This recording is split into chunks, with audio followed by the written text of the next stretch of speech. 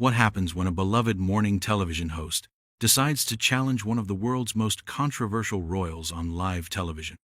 You won't believe what unfolds when Prince Harry sits down with Lorraine Kelly, expecting a friendly chat, only to find himself facing the most brutal interrogation of his media career.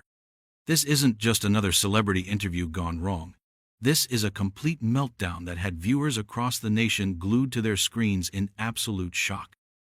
Before we get into this incredible story, make sure you hit that subscribe button and drop a comment below, because you're not going to believe what unfolds when these two go head-to-head in what started as a simple morning show appearance but quickly descended into television chaos. The atmosphere in the ITV studios was electric, as Prince Harry made his way onto the familiar Lorraine set, his trademark nervous smile already showing signs of strain. What should have been a straightforward promotional appearance for his latest charitable venture was about to become a masterclass in how quickly live television can spiral completely out of control. Lorraine Kelly, known for her warm Scottish charm and typically gentle approach with guests, had clearly come prepared for battle, and Harry was walking straight into her trap. "Prince Harry, lovely to have you back on the show," Lorraine began, her voice carrying an edge that regular viewers immediately picked up on. The camera captured Harry's subtle shift in his chair, his media-trained instincts already sensing something was off about the host's demeanor. "Now, I have to say, there's been quite a lot of chatter about your recent comments regarding the Commonwealth countries and their relationship with the monarchy. Some might say you've been rather selective with your criticism." Harry's jaw tightened almost imperceptibly, but his practiced smile remained firmly in place. "Well, Lorraine, I think it's important to have honest conversations about difficult topics. That's what progress looks like." His voice carried that familiar defensive undertone that had become his signature in recent interviews, the one that immediately put viewers on edge because they knew it meant controversy was brewing. "Honest conversations? Yes," Lorraine nodded, leaning forward slightly in her chair. "But some people are wondering why these honest conversations seem to only flow in one direction. You've been quite vocal about the institution's failings, but remarkably quiet about your own role in some rather questionable decisions. The Oprah interview, for instance. Some of those claims have been, well, let's call them disputed." The temperature in the studio seemed to drop several degrees. Harry's smile faltered for just a moment before he recovered, but the cameras caught it all. "I think what Meghan and I shared was our truth, Lorraine, and I stand by every word of it." His voice had taken on that clipped, aristocratic tone that he typically tried to suppress, a clear sign that his composure was beginning to crack. "Your truth," Lorraine repeated, her Scottish accent becoming more pronounced as her voice sharpened. "That's an interesting phrase, isn't it? Because surely there's just truth, facts. Either something happened or it didn't. Either someone said something or they didn't." She paused, letting the words hang in the air like a challenge. "The problem is, when your truth conflicts with everyone else's recollection of events, it starts to look less like honesty and more like—" "More like what?"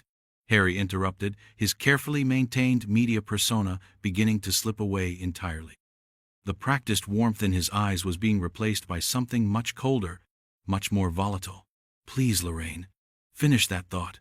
I'm fascinated to hear what you really think." Lorraine didn't back down.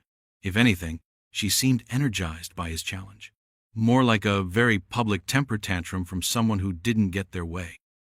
"You left the royal family because you wanted privacy, yet you've done nothing but court publicity ever since. You complained about media intrusion, while simultaneously signing multi-million-dollar deals with Netflix and Spotify. You criticized your family for their handling of mental health issues, while publicly airing their private conversations on international television." The studio audience was dead silent. Camera operators were frantically adjusting their shots to capture every micro-expression on Harry's face as Lorraine's words hit their mark. His hands, previously relaxed in his lap, had begun to clench into fists. The transformation was remarkable. The carefully constructed public image of the reformed royal was cracking before everyone's eyes.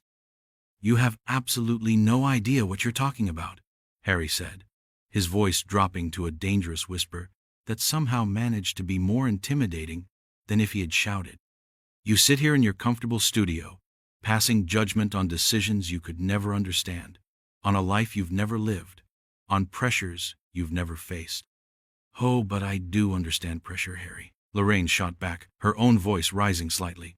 I understand the pressure of being scrutinized by the public. The difference is, I don't blame everyone else when things don't go my way. I don't throw my colleagues under the bus the moment it becomes convenient. The accusation hung in the air like smoke. Harry's face had gone pale, except for 2 bright spots of color high on his cheekbones, a sure sign that his legendary temper was about to make an appearance. Colleagues? He repeated, his voice dripping with disdain. Is that what you think my family are? Colleagues? Well, what would you call them? Lorraine pressed, clearly sensing she had found a nerve. Because, from where I'm sitting, it looks like you treated them exactly like colleagues. Useful when they served your purposes, disposable when they didn't. The Queen, your grandmother, who gave you everything, who stood by you through scandal after scandal. And how did you repay her? By blindsiding her with announcements on Instagram and then publicly questioning her judgment on international television. That did it. Harry's carefully constructed composure shattered completely. Don't you dare, he snarled, leaning forward in his chair with such intensity that security personnel could be seen shifting nervously in the background. Don't you dare use my grandmother to score cheap points for your little morning show. She understood my position better than any of you ever will. Did she, though? Lorraine asked, her voice now carrying a note of genuine curiosity that was somehow more cutting than outright hostility. Because the reports I heard suggested she was deeply hurt by the way you handled your departure, deeply disappointed in the accusations you made about the family she devoted her entire life to protecting. The camera zoomed in on Harry's face, capturing the moment when his media training finally abandoned him entirely. His eyes blazed with a fury that viewers hadn't seen since his notorious confrontations with photographers in his younger days. You know nothing about what she thought or felt, he said through gritted teeth. Nothing. But Lorraine wasn't finished. She had clearly done her homework, and she was about to deploy her most devastating weapon. Let's talk about the Invictus Games, she said, her voice taking on an almost conversational tone that was somehow more menacing than her previous attacks. The sudden shift in topic caught Harry completely off guard. His anger flickered with confusion for just a moment.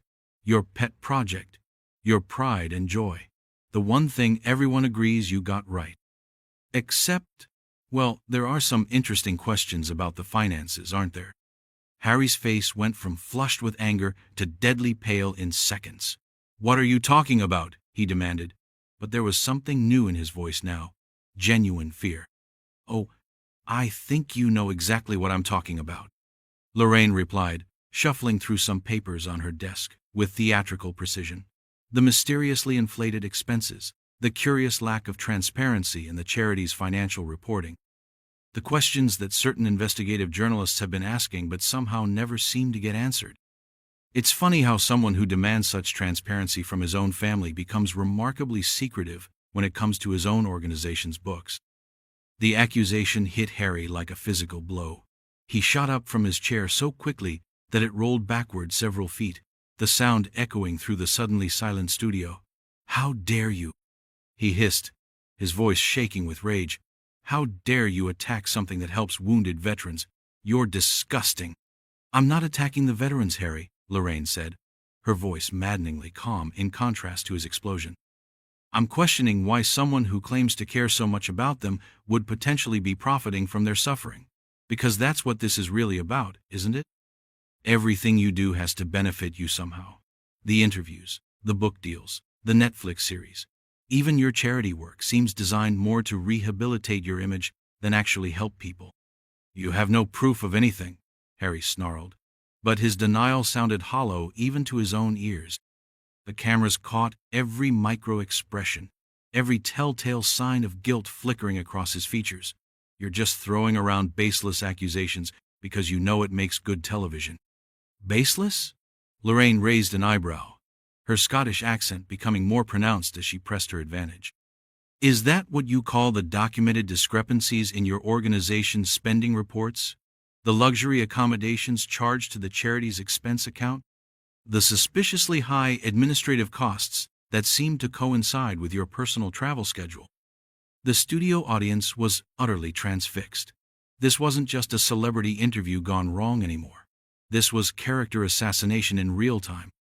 And everyone could sense that Lorraine had information that could potentially destroy Harry's reputation entirely. The prince himself seemed to realize this too, his face cycling through expressions of rage, panic, and desperate calculation. "You're lying," Harry said, but his voice cracked on the words. "This is a hit job. Someone's fed you false information to try and destroy me." "False information?" Lorraine leaned back in her chair, clearly enjoying watching him squirm. "Like the false information about your family being racist?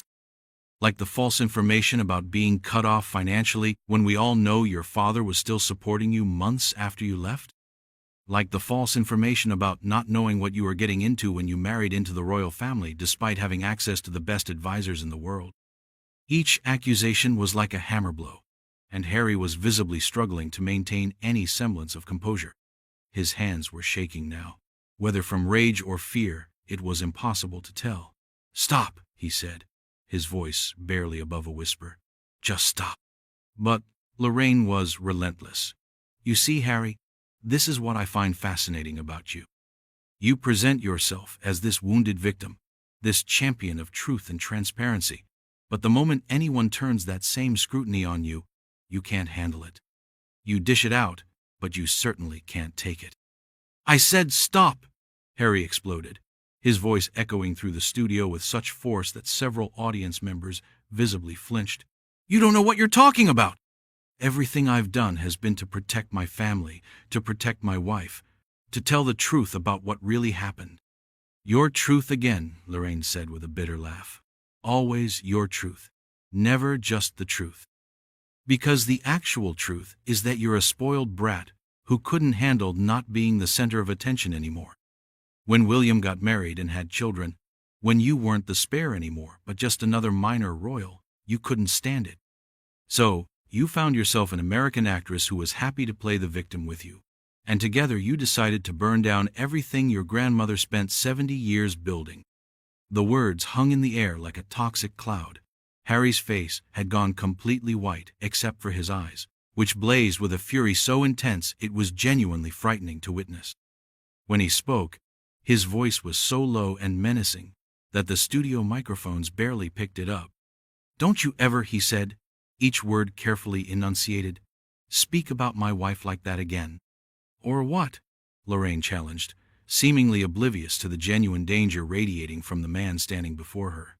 "You'll write another book about how mean I was to you? Do another interview about how the British media destroyed your life? Sue me like you've sued everyone else who's dared to question your version of events?" Harry was trembling now, his entire body vibrating with barely contained rage. "You have no idea what you've done," he said, his voice carrying a threatening undertone that had never been heard in any of his previous interviews. "No idea what you've just started." "What I've started?" Lorraine laughed, but there was something hollow about it now, as if she was finally beginning to realize she might have pushed too far. "Harry, I've simply asked you some questions. The same kinds of questions you've been asking about your family for years. If you can't handle that level of scrutiny, maybe you shouldn't have made yourself a public figure." "This isn't scrutiny," Harry said, taking a step toward Lorraine's desk in a move that immediately put security on high alert. "This is assassination. This is exactly the kind of treatment that killed my mother, and now you're trying to do the same thing to me and my family." The Diana card. He'd played it, and the effect was immediate and electric. But instead of backing down, Lorraine leaned forward, her eyes glittering with something that looked almost like triumph. "Your mother," she said softly, "would be ashamed of what you've become." The words hit the studio like a physical force. Harry's face went through a series of expressions so rapidly it was almost impossible to follow. Shock, disbelief, rage, and something that looked dangerously close to violence. The silence that followed was so complete that the sound of the studio's air conditioning seemed deafening. Then Harry laughed. It was a sound unlike anything anyone had ever heard from him before. Cold, bitter, and completely devoid of any warmth or humor. "You want to know what my mother would think?" he said, his voice now carrying a dangerous edge that made several crew members exchange worried glances. "She would think that people like you are exactly why she died. Parasites who feed off other people's pain for entertainment." Harry's voice was getting louder with each word, his aristocratic composure completely shattered. "You sit there in your little television studio thinking you're some kind of journalist, but you're nothing more than a tabloid hack who's found a way to dress up gossip as legitimate broadcasting." Lorraine's confidence finally began to waver. She had pushed countless celebrities to their breaking point over the years, but there was something genuinely unsettling about the way Harry was looking at her now. "Harry, I think you need to calm down," she said, but her voice lacked its earlier conviction. "Calm down?" Harry's laugh became even more unhinged. "You just told me my dead mother would be ashamed of me, and you want me to calm down? Do you have any idea what it's like to have your mother's memory weaponized against you by strangers who never knew her, never loved her, never held her hand while she cried about the way people like you treated her?" The studio had fallen into an uncomfortable silence that seemed to stretch on forever. Camera operators were frantically trying to capture every angle of what was clearly becoming television history, the complete and total breakdown of a member of the British royal family in real time. "Your mother was a public figure, Harry," Lorraine said, but her voice was shaking now. She understood that came with scrutiny. "Scrutiny?" Harry's voice cracked with emotion and rage. "Is that what you call hounding someone to death? Because that's what you people did. You followed her everywhere. You made up stories about her. You turned her life into a circus. And then, when she died trying to escape from photographers, you had the audacity to mourn her publicly while secretly celebrating the fact that you'd have her story to sell forever." The accusation hit like a slap. Lorraine's face went pale, but she tried to maintain her professional demeanor. "That's not fair, Harry. The media landscape was different then." "Different?" Harry was now pacing back and forth in front of Lorraine's desk, like a caged animal. "Different? How? Because from where I'm sitting, it looks exactly the same. You're still destroying people for profit. You're still taking private family matters and turning them into public entertainment. The only difference is now you pretend to care about mental health while simultaneously doing everything you can to damage people's mental health for ratings." Security personnel were now openly moving closer to the set, clearly concerned about Harry's increasingly erratic behavior. The prince seemed oblivious to their presence, completely consumed by his rage. "And the worst part," Harry continued, his voice rising to near shouting levels, "is that you do it all while pretending to be the good guys. At least the paparazzi who killed my mother were honest about what they were.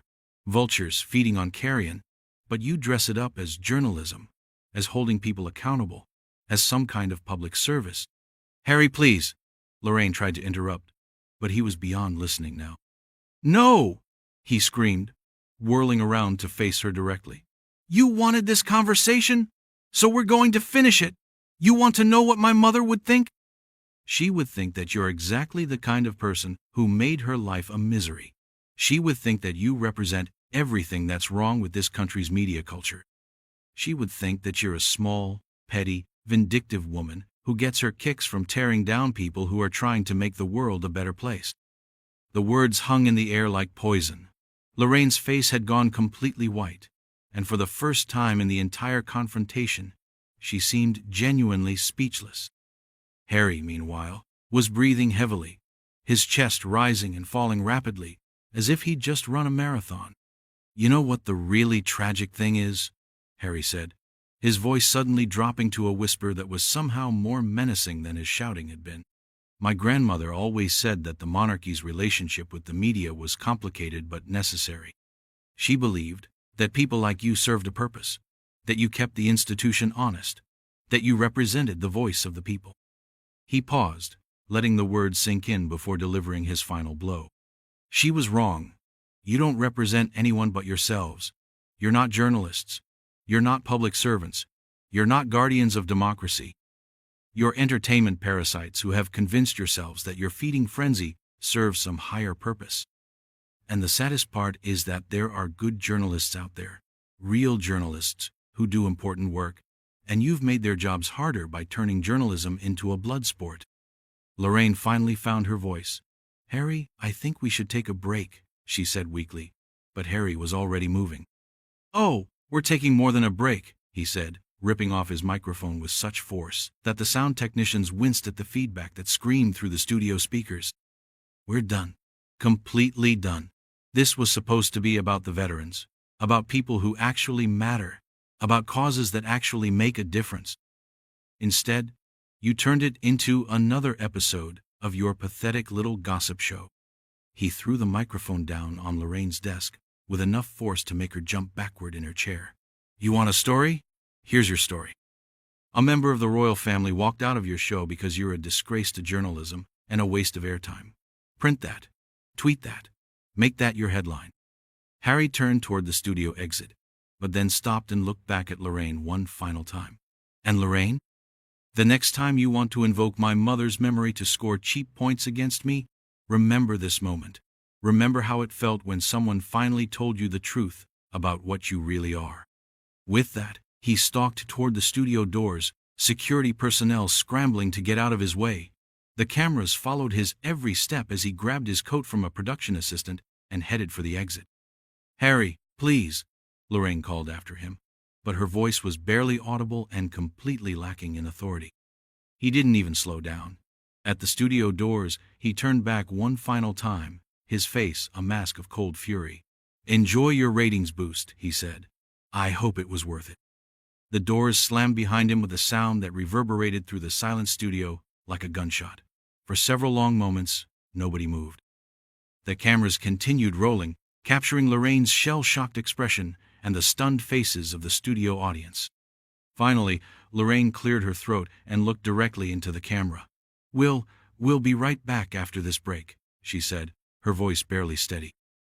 As the show cut to commercial, the full magnitude of what had just happened began to sink in.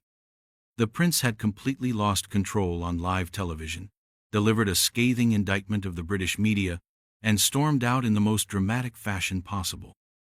It was the kind of television moment that would be replayed endlessly, analyzed by experts, and remembered for years to come. In the end, both combatants had gotten exactly what they deserved. Harry had revealed himself to be the volatile, self-pitying figure his critics always claimed he was, while Lorraine had gotten her explosive ratings moment at the cost of any pretense of journalistic integrity. It was a perfect encapsulation of everything wrong with both modern celebrity culture and media sensationalism, played out in real time for millions of viewers to witness.